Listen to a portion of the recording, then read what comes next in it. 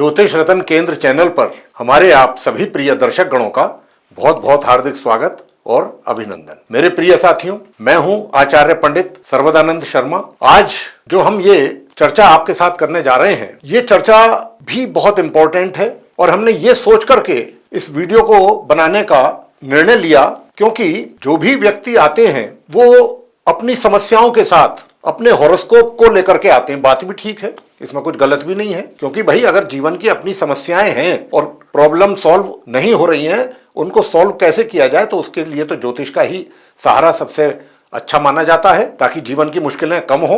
तो वो बात तो ठीक है वहां तक तो, लेकिन अब इससे आगे की बात की जाए और वो ये है कि हम जिस देश में रहते हैं, जिस मुल्क में हम रहते हैं, अगर उस मुल्क की हालत अच्छी होगी, हर तरीके से प्रॉस्पेरिटी होगी, देश खुशहाल होगा, तो फिर उसमें रहने वाले जो लोग हैं वो भी खुशहाल रहेंगे। और अगर देश की हालत ही ठीक नहीं होगी तो वहां रहने वाली जो जनता है वहां भी त्राहिमाम होगा। उदाहरण के तौर पर हम अपने पड़ोसी देश पाकिस्तान को ले लें, उधर बांग्लादेश को ले सकते हैं कि देखिए वहां पर कितने डिस्टर्बेंसेस हैं, चाहे वो गवर्नमेंट सरकार के लेवल पर हो या किसी भी लेवल पर हो।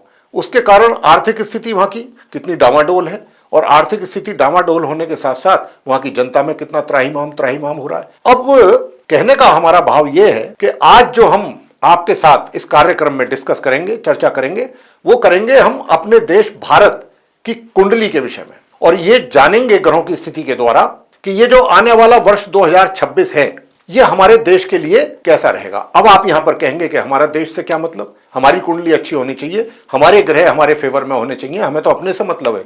देखिए साथियों, मैं पहले ही ये बात कह चुका हूं कि इसमें कोई दो राह नहीं है जो आप ऐसा सोच रहे हैं, लेकिन हमारे लिए यह भी इसलिए आवश्यक हो जाता है, बल्कि परम आवश्यक हो जाता है कि क्योंकि जो हमारा देश की जो सरकार है, जो भी उसके द्वारा नीतियां पॉलिसीज बनाई जाती हैं, उनका भी हमारी डे टू डे की लाइफ पर बहुत अधिक प्रभाव पड़ता है। अब मैं आपको एग्जाम्पल के तौर पर बताना चाहूंगा कि जब बजट आता है, बहुत सी चीजों पर महंगाई ज्यादा हो जाती है, रेट बढ़ जाते हैं, प्राइसेस बढ़ जाते हैं, हाइक कर जाते हैं, बहुत सी चीजों पर एक्साइज ड्यूटी कम की जाती है या टैक्सेस कम किए जाते हैं, वो चीजें थोड़ा सस्ती हो जाती हैं और हर देशवासी की नजर बजट पर रहती है। और अभी हाल फिलहाल में जो जीएसटी कम हुआ है 22 सितंबर से, उसका हमारे जीवन पर कितना फर्क पड़ा है, हमारे जीवन से जुड़ी हुई बहुत सारी चीजें सस्ती हो गई।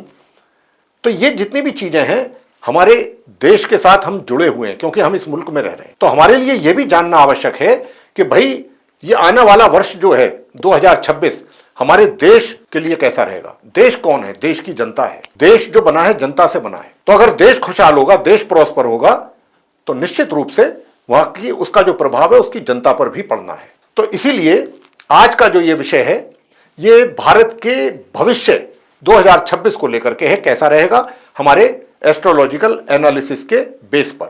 तो सबसे पहले देखिए, जो भारत की जो कुंडली है ये वृषभ लगन की कुंडली है। अब यहां पर आप देखिए ये पूरा चार्ट है, लगन चार्ट है, ये भारतवर्ष की कुंडली जो कि वृषभ लगन की कुंडली है। यहां पर 2 लिखा हुआ है तो ये वृषभ राशि है, शुक्र की राशि। और इसके बाद ये पहला घर होता है, फर्स्ट हाउस।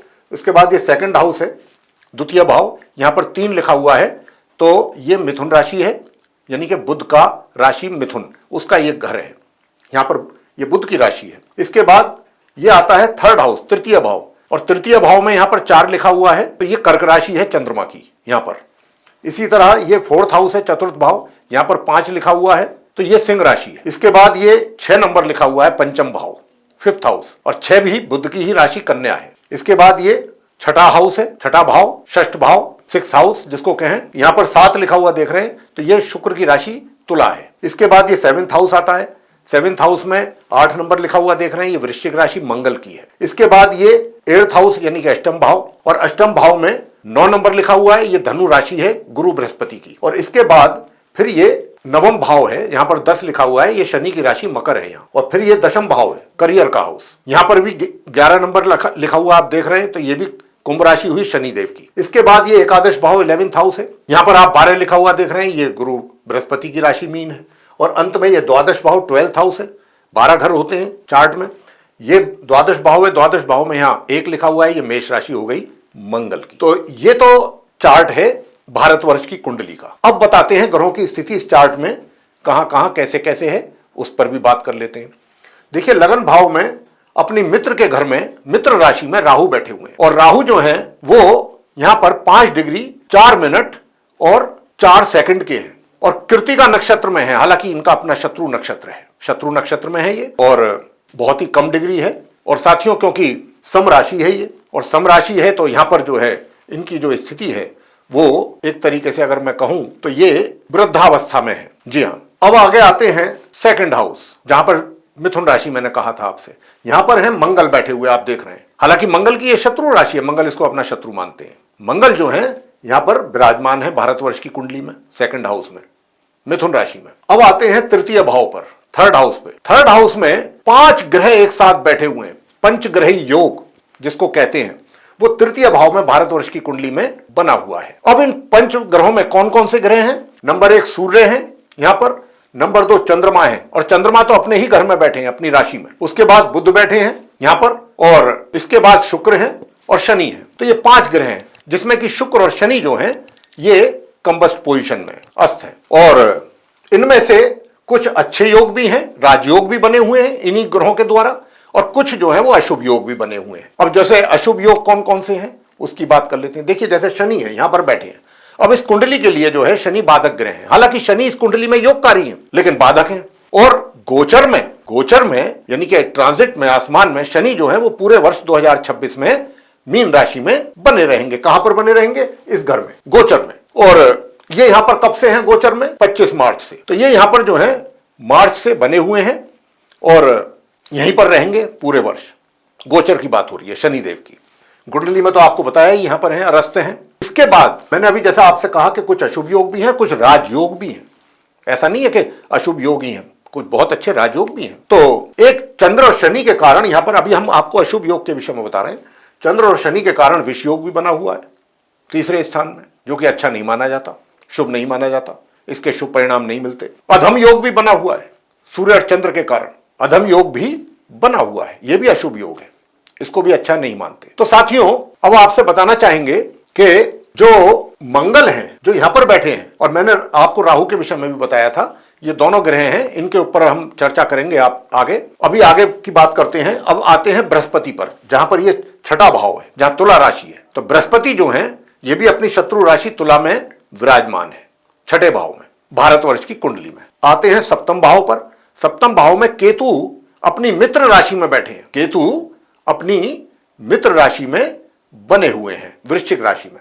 तो यह है ग्रहों की स्थिति भारत की कुंडली में। अब आपको हम बताना चाहेंगे कि किस ग्रह की महादशा चल रही है वर्तमान में भारतवर्ष पर और किस ग्रह की अंतर्दशा है, फिर उसके रिजल्ट्स की बात करेंगे आपसे। तो साथियों जैसा मैंने अभी आपको बताया कि ये ग्रहों की स्थिति है चार्ट में, इन्हीं के आधार पर आगे बात करेंगे, एनालिसिस करेंगे इसका, चार्ट का। तो बताना चाहेंगे कि अभी वर्तमान में जो महादशा भारतवर्ष पर चल रही है, ये चल रही है इस मंगल की। और ये आरंभ कब से हुई थी? ये 11 सितंबर 2025 से आरंभ हुई है। यहां पर थोड़ा सा समझना पड़ेगा मंगल को, मंगल की स्थिति को। तो ये 11 सितंबर 2025 से आरंभ हो गई, प्रारंभ हुई है इसकी महादशा मंगल की, भारत की कुंडली में, भारतवर्ष पर। इससे पहले थी चंद्रमा की महादशा जो समाप्त हुई है 11 सितंबर को, और फिर ये आरंभ हुई है। और ये कब तक चलेगी मंगल की महादशा भारत के ऊपर? ये चलेगी 11 सितंबर 2032 तक। अंतर्दशा किसकी है? देखिए 11 सितंबर से हमने कहा आपको कि मंगल की महादशा है, तो 11 सितंबर से मंगल की महादशा में मंगल की ही अंतर्दशा है जो चलेगी 8 फरवरी 2026 तक। ये 8 फरवरी 2026 तक मंगल की महादशा में मंगल की अंतर्दशा रहेगी। और उसके बाद फिर राहु जो यहां पर बैठे हैं, इनकी अंतर्दशा आरंभ होगी मंगल की महादशा में। तो जब इनकी अंतर्दशा आरंभ होगी, ये चलेगी वर्ष 2027 की 26 फरवरी तक। कह सकते हैं कि 8 फरवरी से पूरे वर्ष 26 तक, 2026 में 8 फरवरी से और वर्ष के अंत तक मंगल की महादशा में राहु की अंतर्दशा ही होगी। अब क्योंकि मंगल भी जो है वो अपने शत्रु नक्षत्र में है, यानी कि राहु के ही नक्षत्र में है, आर्द्रा नक्षत्र में है, और 7 डिग्री 27 मिनट और 43 सेकंड पर है, कुमार अवस्था में है। तो साथियों कोई ज्यादा बहुत इतने पावरफुल भी नहीं है और उधर शत्रु की राशि में भी है, लेकिन कुछ चीजें अच्छी भी हुई हैं। अब वो अच्छी ये है कि इस लगन चार्ट के लिए मंगल जो है वो सम है, ना शत्रु है ना मित्र है। राहु मित्र है इस चार्ट के लिए, लेकिन मंगल और राहु आपस में शत्रु हैं। नैसर्गिक वे में, नेचुरल वे में। अगर हम इसका पंचधा मैत्री की बात करें कि भाई पंचधा मैत्री के अनुसार मंगल और राहु की शत्रुता निकलती है या मित्रता निकलती है, तो यहां पर न्यूट्रल निकलते हैं। अगर हम पंचधा मैत्री के हिसाब से बात करें तो मंगल और राहु का जो रिजल्ट आता है वो ना शत्रुता का है ना मित्रता का है, सम निकल के आता है। तो साथियों यही दशा चलेगी, इसी के ऊपर बात होगी कि आखिरकार ये मंगल की महादशा में है। और देखिए जब ये मंगल की महादशा आरंभ हुई 11 सितंबर से, आप थोड़ा सा याद करिए, 22 सितंबर से जीएसटी में कमी हो गई। सरकार ने फैसला कर दिया कि भाई जीएसटी घटा रहे हैं 22 सितंबर 2025 से। 11 सितंबर से यह दशा शुरू हुई है। अच्छा, पहली बात, मैं जो अभी आपको आगे बात करने वाला हूं सारी डिटेल में बात करेंगे पूरी, और आपको बताएंगे सिलसिलेवार तरीके से कि कैसे कैसे हालात रहने वाले हैं भारतवर्ष के, किस प्रकार के रिजल्ट्स इस मंगल की महादशा में जो राहु की अंतर्दशा शुरू होने जा रही है 8 फरवरी से, उसकी बात करी जाएगी। तो साथियों मैं आपको बताना चाहता हूं कि गुरु बृहस्पति जो है, जैसे मैंने शनि के लिए कहा कि वो गोचर में यहां पर है, पूरे वर्ष एकादश भाव में रहेंगे, लेकिन नवांश में शनि जो है, यहां तो शनि यहां बैठे हैं लगन चार्ट में, लेकिन नवांश में अगर देखें तो वो अपनी राशि में एकादश भाव में है। उधर गुरु बृहस्पति की अगर हम बात करें तो गुरु बृहस्पति गोचर में तीसरे घर में है, फिलहाल तीसरे घर में बने हुए हैं, लेकिन 11 तारीख से 11 नवंबर से ये उल्टी चाल चलना भी आरंभ हो गए हैं गोचर में, थर्ड हाउस में बैठ के। और जैसे ही ये यहां पर हुए हैं, ये देश के लिए अच्छा नहीं है, वहां के लोगों के लिए एक तरीके से थोड़ा सा कह सकते हैं अशांति या अराजकता जैसा माहौल बनने की संभावना बनती है। 5 दिसंबर से 2025 से गुरु बृहस्पति यहां आ जाएंगे, 5 दिसंबर से 2025 से, और 11 मार्च 2026 को ये मार्गी हो जाएंगे, अच्छी पोजीशन में आ जाएंगे 11 मार्च से गुरु बृहस्पति। तो अब हम आपको बताना चाहते हैं, देखिए जो अभी फिलहाल जैसा कि मैंने कहा कि मंगल की महादशा में राहु की अंतर्दशा फरवरी से शुरू हो जाएगी, फरवरी के फर्स्ट वीक से ही 8 फरवरी से शुरू हो जाएगी राहु की अंतर्दशा, जो कि 26 फरवरी 2027 तक रहने वाली है। तो देखिए क्या है कि राहु यहां बैठ करके इस लगन भाव में मित्र घर में बैठे हैं, तो क्या करते हैं, ये जातक को कूटनीतिक बनाते हैं, डिप्लोमेटिक व्यक्ति होता है इस प्रकार का व्यक्ति जो होता है, बहुत ही ज्यादा कूटनीतिक, बहुत ही ज्यादा उसके अंदर थोड़ा सा छल कपट भी होता है, चीजें ऐसी रहती हैं। लेकिन अब क्योंकि अंतर्दशा राहु की है और उनके जो मंगल हैं, नेचुरल वे में मैं कह चुका हूं कि शत्रु हैं, लेकिन पंचधा मैत्री के हिसाब से ना शत्रु हैं ना मित्र हैं, न्यूट्रल हैं। तो मंगल यहां पर बैठे हैं सेकंड हाउस में और अपनी शत्रु राशि में बैठे हैं और उनकी ही महादशा है। तो साथियों मंगल क्योंकि यहां पर बैठे हैं, तो यहां पर मैं आपसे बताना चाहूंगा कि देखिए ये जो ग्रहों की स्थिति अब बनेगी 8 फरवरी 2026 से और वर्ष के अंत तक, ये हमारे देश के लिए किन चीजों में फायदेमंद है, किन चीजों में नुकसानदायक है, ये है चर्चा का विषय। तो देखिए ओवरऑल में अगर बात करूं पूरे वर्ष के लिए 2026 के भारतवर्ष के लिए, तो यहां पर क्या है कि भारतवर्ष के लिए चुनौतियां काफी अधिक रहने वाली हैं। इस वर्ष चुनौतियां काफी अधिक रहने वाली हैं, कठिनाइयों का सामना अधिक करना पड़ेगा। उधर ये बृहस्पति, क्योंकि मैं बता चुका हूं कि गोचर में ट्रांजिट में यहां वक्री हो चुके हैं, तो ये घर बॉर्डर के लिए भी देखा जाता है, कम्युनिकेशन के लिए भी देखा जाता है। तो ये यहां पर बॉर्डर पे पूरी टेंशन आपको देखने को मिलेगी जब तक बृहस्पति यहां है, तब तक तो ज्यादा 5 दिसंबर तक तो, और उसके अतिरिक्त भी। लेकिन देश में अशांति, अराजक तत्व, टेररिस्ट की जो एक्टिविटीज हैं उसमें ये बढ़ोतरी होगी। लेकिन यहां पर एक बात और भी नोट करने वाली है, वो ये है कि क्योंकि मंगल बैठे हैं, ये अराजकता मंगल और राहु के कारण तो वो दिख रही है, लेकिन यह टेररिस्ट की जो एक्टिविटीज हैं या जो भी अशांति फैलाने के लिए जो होते हैं या असामाजिक तत्व, वो तो कोशिश करेंगे। लेकिन सरकार, जो भारत सरकार होगी, इन ग्रहों के आधार पर हम कह रहे हैं कि उनके साथ बहुत ही सख्ती से पेश आएगी, बहुत सख्ती के साथ, क्योंकि मंगल यहां पर बैठे हैं। और बहुत कड़ी भाषा होगी सरकार की, कड़ी भाषा का इस्तेमाल होगा। जो भी उनको ऐसा लगेगा कि देश की तरक्की या उन्नति में बाधक बन रहे हैं, उनके लिए सरकार टिट फॉर टैट वाली स्थिति, पॉलिसी एडॉप्ट करने जा रही है इस वर्ष 2026 में इन ग्रहों की स्थिति के आधार पर। और जो भी इस तरीके की शरारत हरकतें करेंगे, उनको अंजाम भी भुगतने पड़ेंगे। कोशिश तो वो करेंगे इस तरीके का डिस्टरबेंस क्रिएट करने की, लेकिन उनके साथ सरकार बिल्कुल भी नरमी बरतने के मूड में नहीं रहेगी। ये मंगल और राहु की स्थिति जो है, मैं उसके आधार पर बता रहा हूं। अब आते हैं थोड़ा सा विदेशों की तरफ, फॉरेन पॉलिसी की भी बात कर लेते हैं। फॉरेन पॉलिसी की बात करें तो क्योंकि राहु यहां बैठे हैं और राहु नवांश में जाकर के यहां पर बैठ गए, नवांश कुंडली में, तो विदेशों के साथ, दूसरे देशों के साथ संबंध बहुत अच्छे रहेंगे। कूटनीतिक डिप्लोमेटिक जो रिलेशंस हैं वो बेहतर होंगे और मजबूत होंगे इस वर्ष 2026 में भारत के। ये एक बहुत बड़ा साइन है, जो कि प्लस पॉइंट है ये हमारे लिए, हमारे भारतवर्ष के लिए। तो साथियों, यहां पर ये मैं इस बात से इनकार नहीं किया हूं, बार बार रिपीट कर रहा हूं इस बात को कि थोड़ा अशांति का माहौल बनने की संभावना ज्यादा है। और इसके अतिरिक्त ये मंगल और राहु के कारण ये चीजें तो जो मैंने अभी बताई उनकी तो काफी संभावना है। उधर सरकार के रुख के बारे में भी मैं आपको बता चुका हूं कैसा रहेगा, चाहे वो इंटरनल हो या एक्सटर्नल हो या बॉर्डर पे। एक्सटर्नल का मतलब मेरा है बॉर्डर पे, कि अगर बॉर्डर पे भी इस तरीके की स्थिति है तो सरकार वहां भी पूरी तरह से मेंटली प्रिपेयर्ड रहेगी, हर तरीके से हर सिचुएशन को फेस करने के लिए। और कोई कंप्रोमाइज भारत सरकार की ओर से किसी के भी साथ नहीं होगा। इस प्रकार की ग्रहों की स्थिति ये संकेत दे रही है, मंगल और राहु की जो ये महादशा और अंतरदशा चलने वाली है पूरे वर्ष। तो साथियों, अब आते हैं, चलिए ये तो हमने एक इन जनरल आपको चीजें बता दी कि इन ग्रहों के कारण क्या और कैसे हालात बनने की संभावना ज्यादा है। अब थोड़ा सिलसिलेवार तरीके से बात कर लेते हैं कि देखिए, बृहस्पति अभी मैंने कहा कि 5 दिसंबर 2025 को यहां आ जाएंगे वक्री स्थिति में, उल्टी चाल चलते हुए। वो भी समय ठीक नहीं रहेगा और मंगल के ऊपर होंगे, कुंडली में मंगल है, यहां पर गोचर में ऊपर आसमान में बृहस्पति आएंगे 5 दिसंबर से, जो कि 1 जून तक यहां पर रहेंगे। हालांकि उनकी मार्गी जो स्थिति है, सीधी चाल जो चलना शुरू कर देंगे वो 11 मार्च से कर देंगे। 4 महीने के लिए उल्टी चाल चल रहे हैं ये। उसके बाद ये 1 जून को जब दोबारा यहां पर आएंगे तभी भारत के लिए बहुत पॉजिटिव साइन है। भाग्य भारत का उज्जवल होगा, भाग्य का सपोर्ट मिलेगा। और भाई जहां तक एजुकेशन की बात, एजुकेशन का स्तर भी बहुत अच्छा रहेगा भारत के अंदर।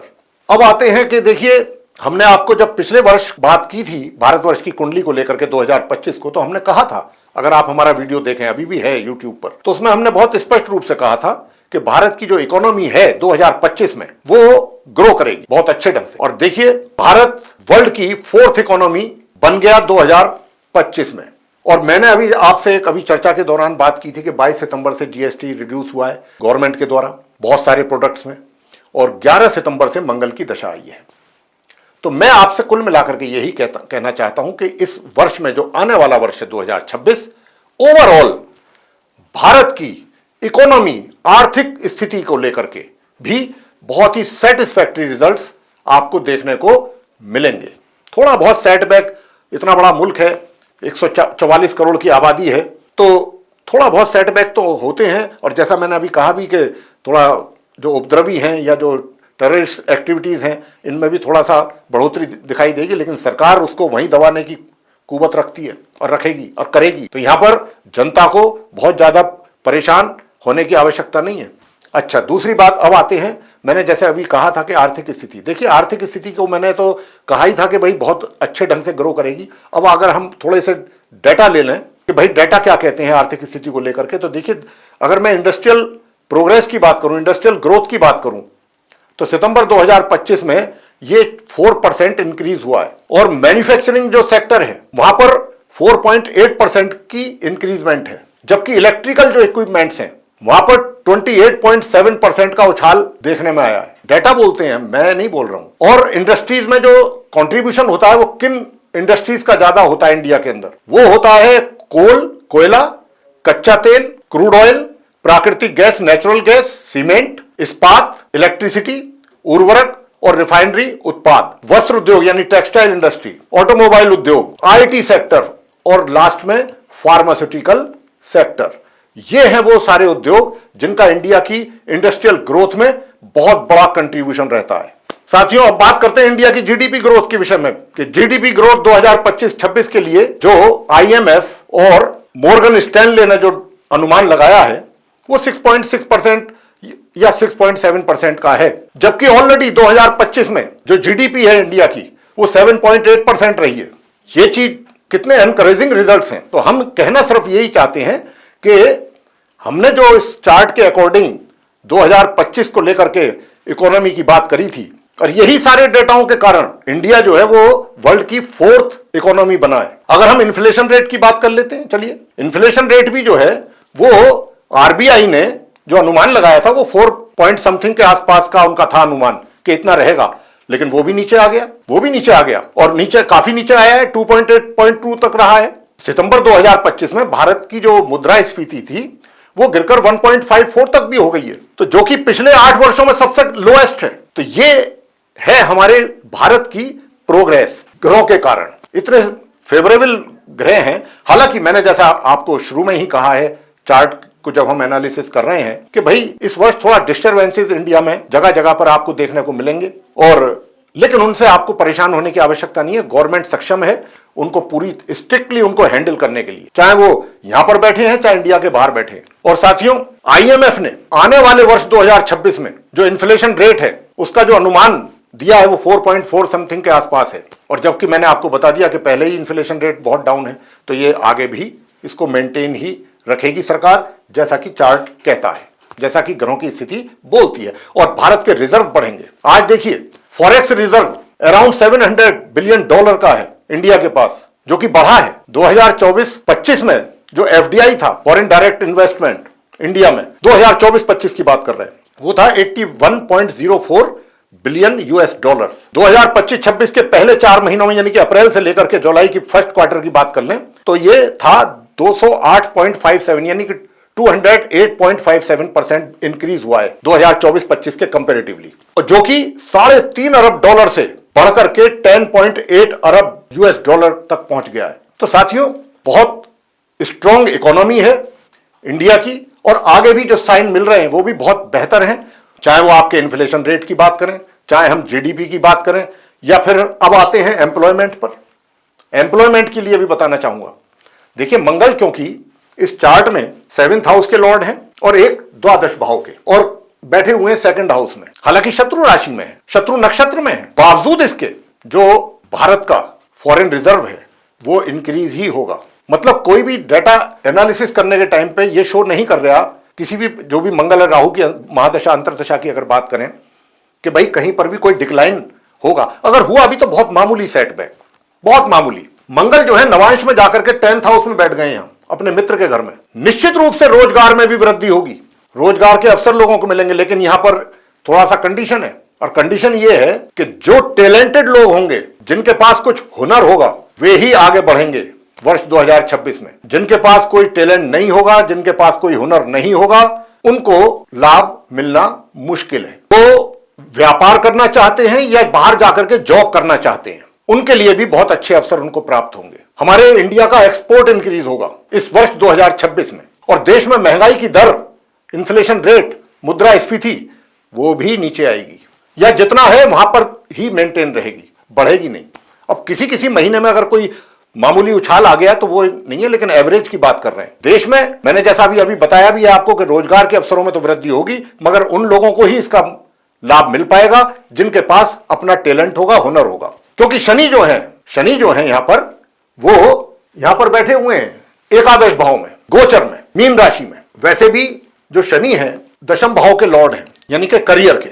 तो जो भी पैसा आप कमाएंगे वो तभी कमा सकते हैं अच्छी मात्रा में, अच्छी तादाद में, आसानी के साथ, कि अगर आपके पास काम करने की जानकारी होगी, काम करने का हुनर होगा। क्योंकि शनि है, जो भी देते हैं नाप तोल के देते हैं, ऐसे ही नहीं दे देते। कानून व्यवस्था की अगर बात कर ली जाए, देश में कानून व्यवस्था बहुत ज्यादा आपको सख्त दिखाई देगी, और मैं बता चुका हूं अपनी चर्चा के आरंभ में ही कि विशेष तौर पे यानी कि लॉ एंड ऑर्डर जो है वो पूरी तरह से मेंटेन रहेगा, और जिसने भी लॉ एंड ऑर्डर को वायलेट करने की कोशिश की तो उसका हाल हम बता चुके हैं आपको, जो ग्रह इशारा दे रहे हैं। अब क्योंकि मंगल की महादशा में राहु की अंतरदशा का समय चलेगा फरवरी से लेकर माह के अंत तक, 8 फरवरी से 2026 से, और वर्ष के अंत तक। उसके कारण देश में, ये बात बार बार रिपीटेडली बोल रहा हूं कि अराजक तत्वों के द्वारा देश में अराजकता फैलाने की तो कोशिश रहेगी, आपको देखने को भी आएगा। लेकिन मैं फिर भी यही कह रहा हूं कि निराश होने की जरूरत नहीं है, सरकार बहुत सख्ती से पेश आने वाली है। ये सबसे 2026 का मैं आपको सबसे अगर मुख्य तौर पे अगर विशेष बात निकल करके अगर आती है चार्ट से, तो वो यही आती है। और देश की जो सीमाएं हैं वो भी पूरी तरह सुरक्षित रहेंगी। टेंशन रहेगा, तनाव रहेगा, लेकिन सरकार उससे निपटने के लिए भी पूरी तरह सक्षम रहेगी। व्यापार और कारोबार की जो स्थिति है बेहतर होगी, अच्छे रिजल्ट्स देखने को मिलेंगे 2026 में। एक्सपोर्ट का मैं बता ही चुका हूं कि इंडिया का एक्सपोर्ट 2026 में और ज्यादा इंक्रीज होगा, एफडीआई और ज्यादा आएगा इंडिया में। पहले ही $10.8 अरब आ चुका है, और ये इसमें भी इंक्रीज होगा। और जैसा कि रोजगार की मैंने बात आपको अभी कर रहा था, मैं थोड़ा सा फिर वापस उसी जगह पर, उसी पॉइंट पे आता हूं कि देखिए रोजगार की मैंने अभी कहा था कि जिनके पास टैलेंट होगा।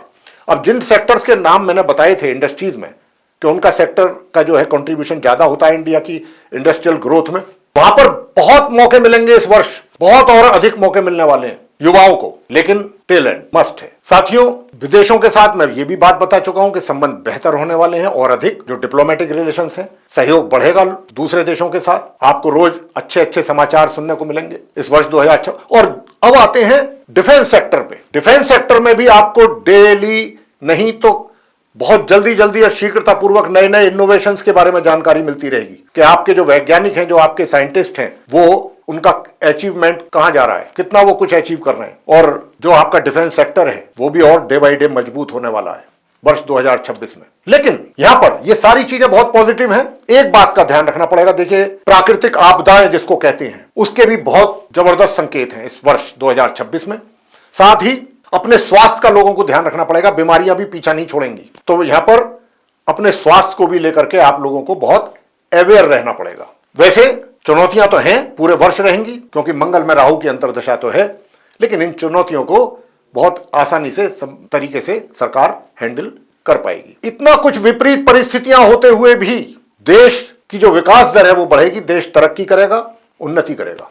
अब बात कर लेते हैं शिक्षा के क्षेत्र की भी। हालांकि मैं उसमें भी थोड़ा आपको बता चुका हूं, लेकिन शिक्षा के क्षेत्र में भी बताना चाहूंगा अंत में कि देखिए एजुकेशन सेक्टर जो है उसमें रोजगार के भी अवसर रहेंगे, और एजुकेशन भी जो स्तर है, जो लेवल है एजुकेशन का, वो भी और बेहतर होगा इंडिया में। तो ये कुंडली कहती है भारत की वर्ष 2026 के लिए। साथियों, अगर आपको हमारा आज का ये एनालिसिस भारतवर्ष की कुंडली को लेकर के पसंद आया है तो आप हमारे इस वीडियो को लाइक जरूर कर लें, और अगर अभी तक आपने हमारा चैनल सब्सक्राइब नहीं किया है तो फिर चैनल को भी सब्सक्राइब जरूर कर लें। अधिक से अधिक मात्रा में जितना भी हो सके लोगों के साथ ये जानकारी शेयर करें। बहुत महत्वपूर्ण जानकारी है जो भारतवर्ष की कुंडली बोल रही है भारतवर्ष के विषय में 2026 को लेकर। तो जितना आप ये जानकारी लोगों में शेयर करेंगे, लोगों को अपने मुल्क, अपने देश, अपने कंट्री के विषय में सही जानकारी प्राप्त हो पाएगी। और साथियों, अगर आप चाहते हैं कि आने वाले दिनों में जो भी हमारे वीडियोस बनेंगे एस्ट्रोलॉजी के भिन्न भिन्न विषयों पर, वे सब भी एक एक करके आप तक पहुंचे और आप उनका भी समय पर लाभ ले सकें, तो फिर बेल आइकन प्रेस जरूर कर दें। इसी के साथ अब हम अपने आप सभी प्रिय दर्शक गणों से लेंगे इजाजत। आप सभी का सहृदय बहुत बहुत धन्यवाद। जय माता दी।